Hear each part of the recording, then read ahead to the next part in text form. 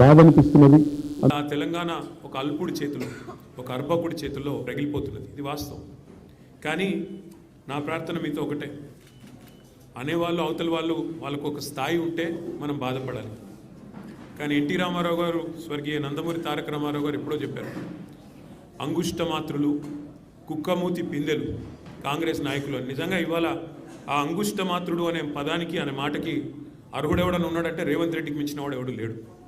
కుక్కమూతి పిందెలు అని కాంగ్రెస్ నాయకులను తారక రామారావు గారు అనేది ఖచ్చితంగా వారికి తగిన మాట అది.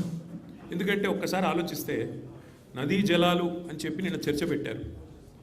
అసలు ఈ ముఖ్యమంత్రి గారికి బేసిన్లు తెలియదు, బేసిక్స్ అంతకంటే తెలియదు.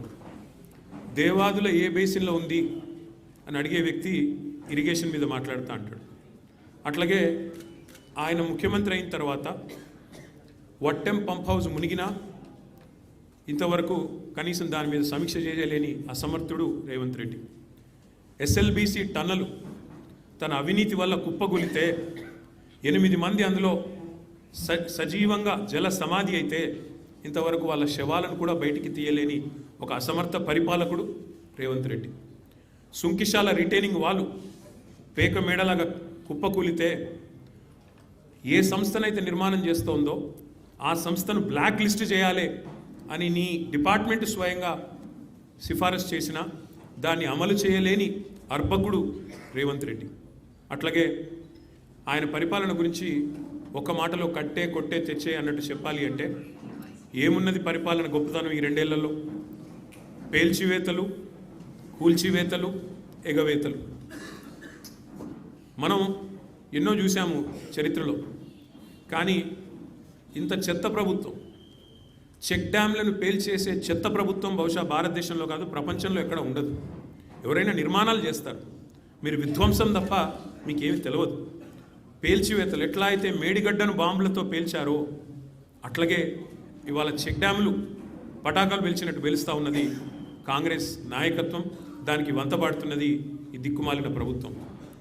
కూల్చివేతలు, పేదల ఇల్లు కూల్చడం తప్ప ఒక్క ఇల్లు కట్టిన ముఖం లేదు మీకు 2 ఏళ్లలో. ఇక ఎగవేతల గురించి అయితే మిమ్మల్ని ఎన్నిసార్లు ఉరిదీయాలో తెలియదు. మరి ఉరిదీయాలి అని మాట్లాడుతున్నావు. నీ రాహుల్ గాంధీని ఉరిదీయాలి. ఎక్కడ? అశోక్ నగర్ నడి చౌరస్తాలో 2 లక్షల ఉద్యోగాలని చెప్పి మాట తప్పినందుకు రాహుల్ గాంధీని ఉరిదీయాలి. రైతులకు రుణమాఫీ చేస్తా అని చెప్పి మాట తప్పినందుకు వరంగల్లో రాహుల్ గాంధీని ఉరిదీయాలి. బీసీలకు 42% రిజర్వేషన్ అని చెప్పి మాట తప్పినందుకు మీ నాయకత్వాన్ని, కాంగ్రెస్ నాయకత్వాన్ని, రాహుల్ గాంధీని, రేవంత్ రెడ్డిని కామారెడ్డిలో ఉరిదీయాలి. ఉరి తీసుకుంటూ పోతే 420 హామీలు ఎగ్గొట్టినందుకు 420 సార్లను నీ 420 కాంగ్రెస్ పార్టీని ఉరిదీయాలి. కేసీఆర్ గారిని పట్టుకొని నోటికొచ్చినట్టు మాట్లాడుతూ, పనికిమాలిన చెత్తవాగుడు వాగుతూ, నిన్న శాసనసభలో ఆయన మాట్లాడిన మాట బాధ ఎక్కడ అంటే, సరే ముఖ్యమంత్రి ఒక అర్భకుడు, అంగుష్టమాత్రుడు, ఒక నికృష్టుడు, ఇవన్నీ మనకు తెలుసు. సర్వభ్రష్ట ప్రభుత్వానికి ఇవాళ అధినేత ఈ ముఖ్యమంత్రి. సర్వభ్రష్ట ప్రభుత్వం ఇది. ఈ రంగం ఆ రంగం అని కాదు, అన్ని రంగాల్లో అట్రఫ్లాప్ ప్రభుత్వం, సర్వత్రా విఫలమైన ప్రభుత్వం ఈ ప్రభుత్వం. కానీ బాధాకరమైన పరిస్థితి ఏమంటే, అందరి హక్కులకు కస్టోడియన్లా ఉండాల్సిన స్పీకర్ గారు ఇవాళ ఆయన బడివే అనే మాట మాట్లాడితే కళ్ళప్పగించి ప్రేక్షక పాత్ర వహిస్తుంటే ఏమనాలనో అర్థం కావట్లేదు. ఇది పార్లమెంటరీ భాషనా?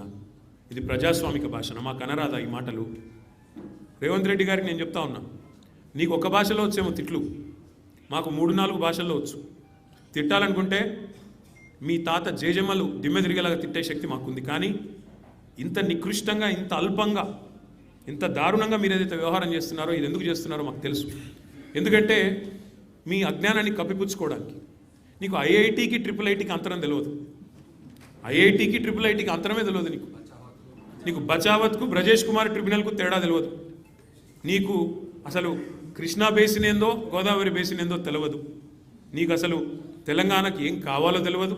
నీకు తెలిసిందల్లా ఒకటే, దోచుకోవడం, దాచుకోవడం తప్ప నీకు తెలిసింది ఏమీ లేదు. ఒక అజ్ఞానివి, ఒక ఉష్ట్రపక్షివి నువ్వు.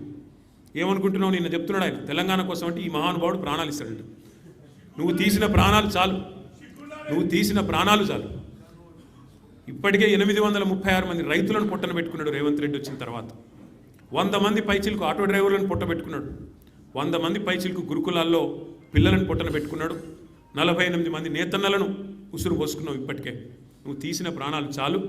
నువ్వు ఆనాడు తెలంగాణ వాదుల మీదకి, తెలంగాణ బిడ్డల మీదకి తుపాకీ తీసుకొని పోయి తెలంగాణ ఉద్యమాన్ని అవమానించింది ఎవరు మర్చిపోలేదు.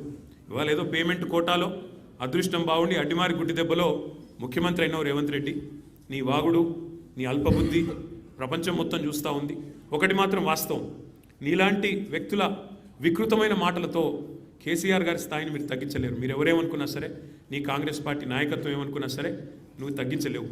ఇవాళ నదీ జలాల్లో తెలంగాణకు అన్యాయం జరిగింది దశాబ్దాల కంటే. నిన్న ముఖ్యమంత్రి గారు ఒక మాట చెప్పారు, మాట్లాడుతూ అన్యాపదేశంగా చెప్పినాడు.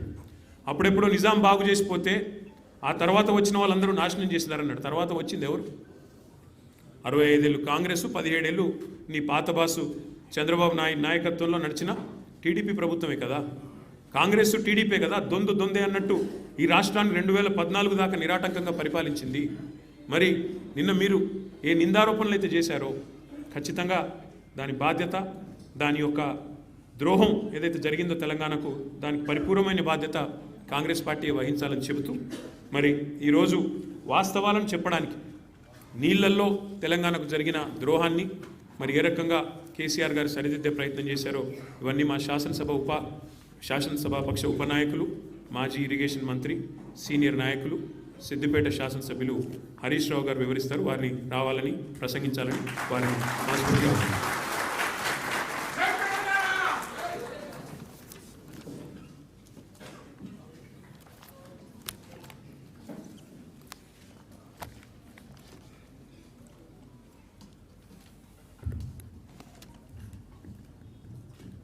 బీఆర్ఎస్ పార్టీ కార్యనిర్వాహక అధ్యక్షులు గౌరవనీయులు కేటీఆర్ గారు, వాస్తవానికి 2 రోజుల నుంచి వారు తీవ్రమైన జ్వరంతో బాధపడుతున్న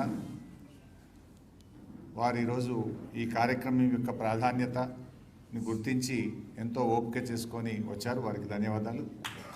వారు మరియు శాసనసభాపక్ష ఉపనాయకులు సోదరిమణి సవితా ఇంద్రారెడ్డి గారు, పెద్దలు శ్రీనివాస్ యాదవ్ గారు, పార్లమెంట్ నాయకులు పెద్దలు గౌరవనీయులు సురేష్ రెడ్డి గారు, మన కౌన్సిల్ డిప్యూటీ చైర్మన్ పెద్దలు గౌరవనీయులు బండా ప్రకాష్ గారు, గౌరవ